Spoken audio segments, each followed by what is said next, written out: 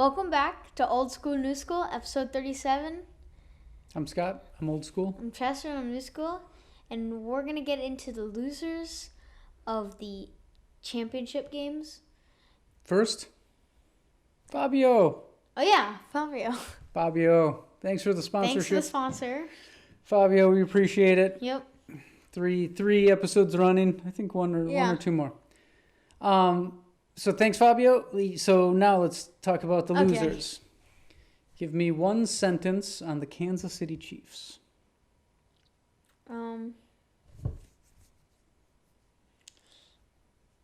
go first. I'm going to say I'm very surprised because they jumped out to such a big lead. Everybody thought, including myself, he was like, the game is over. They were just going to put 50 points up. Yeah. And then they kind of laid a turd, for lack of a better term. Mahomes looked terrible. And, they didn't deserve to win. Yeah, they didn't. So what do you think? I have one funny thing. So, in the Bills and Chiefs game, the Chiefs had 13 seconds left, and they got the field goal to go into overtime, and then where they won it. And it took 13 seconds in overtime for Patrick Mahomes to throw an interception and lose the game, which is kind of funny. I mean, I'm surprised they got that far. I didn't think the Chiefs were that great this year anyway. Too. As we said, the AFC was kind of down. Yeah. So that's the Chiefs. You wonder if Mahomes is going to be just like Rodgers. One Super Bowl early in the career and no more. Yeah. Maybe. We'll see. Okay, the other losers were the 49ers.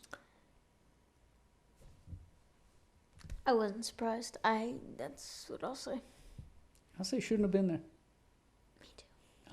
I mean, quite honestly, Packers are a much better team. Granted, they didn't win the game. The 49ers special team is better than the Packers special teams. They definitely, and don't take anything away from them. They won the game. They won the game, but that team was not the second best team in the NFC. They're maybe the sixth best team in the NFC. Maybe. And you can only do we're gonna run the ball and play defense so much in the NFL. Yeah. That runs out quick, and Garoppolo's not a great quarterback. So those are the losers. See you, losers. We are going to we're gonna talk about Super Bowl next week. Yes. So we're saving all our Super Bowl talk. We are gonna go through our major awards. Yeah. Ready? Yeah. Okay. Now we're going to talk about our awards for the season. We have 4 typical awards and then a little special award. So let's start off with the big one. Yeah. MVP. Who's your MVP? Aaron Rodgers. Okay. How are you deciding MVP? Like, what is your criteria? What do you mean by that? Like, the way I view it, if you take this person off the team, does it make them substantially worse? Yes. Okay. I mean, we kind of saw against the Chiefs, but I don't know. I got Aaron Rodgers. You got Aaron Rodgers as the most valuable player? Yeah, this is a tough one for me. I'm gonna throw a curveball here, though. I'm going to go with some offensive play, like a wide receiver or something. Going TJ Watt. I don't know. When do you... Without TJ Watt on that defense, that team wins 2 games. I realize Aaron Rodgers has the ball in his hands a lot more. But I think TJ Watt affects the game. And got that team to the playoffs. He's the only reason that team made the playoffs. It wasn't Ben Roethlisberger. Well, obviously not him. So, that's my MVP. All right. Offensive Player of the Year. I think they'll give it to Cooper Kupp. But who do you think? I don't care who. Cooper Kupp. Oh, you're going. Yes. You're going with Cooper Kupp. Yes. Because he's had almost 2,000 yards. He's had a good season. Yeah. And like Jonathan Taylor's a really good player, but his team didn't make the playoffs, which doesn't make it that they won't get MVP. But if you put what's his name? Like if you were to put Aaron Rodgers on the Jets and they went 7-9, didn't make the playoffs, they wouldn't give the MVP to Aaron Rodgers, would they? No, but we're not talking MVP. We're talking offensive player of the year. Offensive player of the year. I don't even know what I was getting at there. Okay. I've got Cooper Kupp. I've got Jonathan Taylor. Okay. He had a great season. I agree too. I think there's something goofy with the Colts kind of all season. Yeah. They were really bad. Then they kind of caught fire, and then they laid a stinker. And then that last game, like how do you lose that game? So, yeah, that's I think he had a great year, and I think running back doesn't. It's a crap job. Like you get destroyed every game. So that's especially when they give you the ball 30 times. Yeah. I mean, even when you're blocking. You know, you're getting run over by somebody 50, 75 pounds more than you. It's a tough job.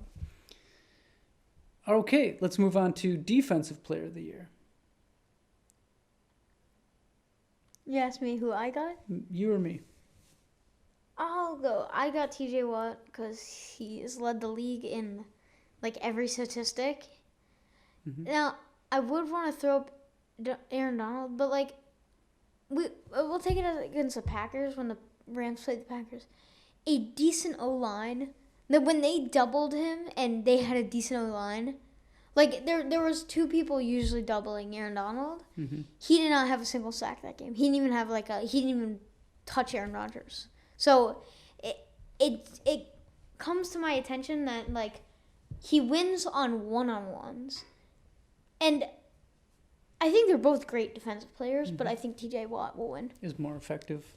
Yeah, and he played less games and had more sacks. And okay. QB pressures. Do I say TJ Watt again for my defensive player? Do I pick somebody else? You probably have to pick someone else. But do I have to? I think you do. I'm gonna go Trayvon Diggs then. He's a wide receiver playing cornerback. Can't take that away from him. Granted, if Jair Alexander plays an entire season, I think he's much better. I agree too. But you can't say that because he didn't play the season.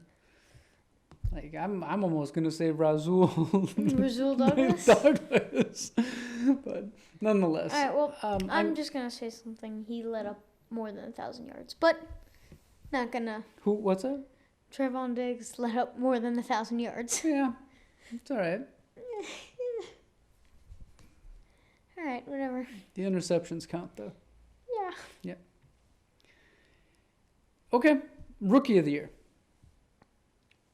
I think this is clear to everyone. Definitely Mac Jones. I'm joking. It's Jamar Chase. Mac Jones doesn't even deserve to be in the competition. It should be a landslide. Yeah. Any defensive player? Do you think any? Oh, defensive rookie? Yeah, that could come close. Michael Parsons gonna win. He's good. I mean, Patrick Surtain he's decent, but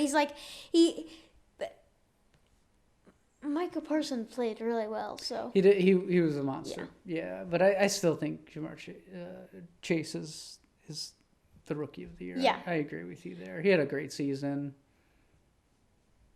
That's where it is. Okay, so let's move on to the fun. Our fun one. The fun curveball award. This is maybe the first oldie and newie award. Yeah. Worst coach. You will go first. You want me to go first? Yeah. There's a lot of choices here. Are we limiting or is it only one? Just one. You got to Alright. pick one. I already have mine. Is Matt Nagy runs to the front of the team. He's not my pick. Just like a guy that can't figure it out. Coaches are stubborn, but it's ridiculous how he refused to mold the team to the strengths of his I players. think I already know who you're picking. I'm gonna go with Urban Meyer Wow. Okay. because Actually, okay. he is a terrible pro football coach. His mindset is just not but set up for the pro game. It's a lot tougher when you're not handed 35 stars. 5-star recruits Yeah. over and over. Granted, he won at Utah. He built up his resume. But between Florida and Ohio State, it's a lot easier when you're in complete control of kids and you have a lot of the best players. Makes you look really good. Yeah. But he is a terrible pro coach. And not a great guy, which doesn't help. Who do you got?